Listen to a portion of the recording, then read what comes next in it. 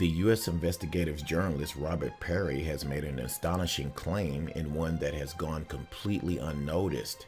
He is reporting that the Russian government has warned Erdogan that Russia is prepared to defend its Syrian strike force from Turkish invasion or attacks. Perry's exact words are as follows, quote, "A source close to Russian President Vladimir Putin told me that the Russians have warned Turkish President Recep Tayyip that Moscow is prepared to use tactical nuclear weapons if necessary to save their troops in the face of a Turkish-Saudi invasion.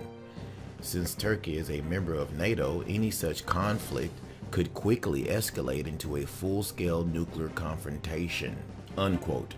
However, Perry is a journalist of the highest reliability and integrity, so there can be no doubt he actually has been told this by a real source. Now, of course, it is possible the source is making the whole story up, or he could be not as close to Putin as Perry believes he is. However, on February 11th, 2016, the Russian Security Council held a meeting to the public, and on that same day, the Russian military reported to Putin about a series of military exercises arranged at short notice, which looked likely they were intended to prepare the Russian military for a rapid response against a short notice attack from Turkey.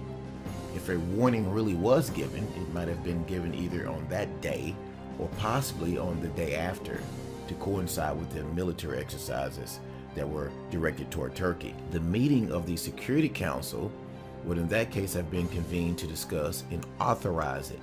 Now, the fact Obama telephoned Putin a day later on the February 14th might also be connected to the warning, if it was really given. Now, both the Turks and Russians would surely have informed the U.S. of such a warning. It would be entirely understandable in that case that the U.S. President, Obama, would want to discuss it with the Russian president. In fact, it would be astonishing if he did not want to talk about it at all with the Russian president. Now, Turkey and Saudi Arabia have both signaled they are considering a ground invasion of Syria in order to aid refugees in a so-called moderate rebels fighting against the Assad regime.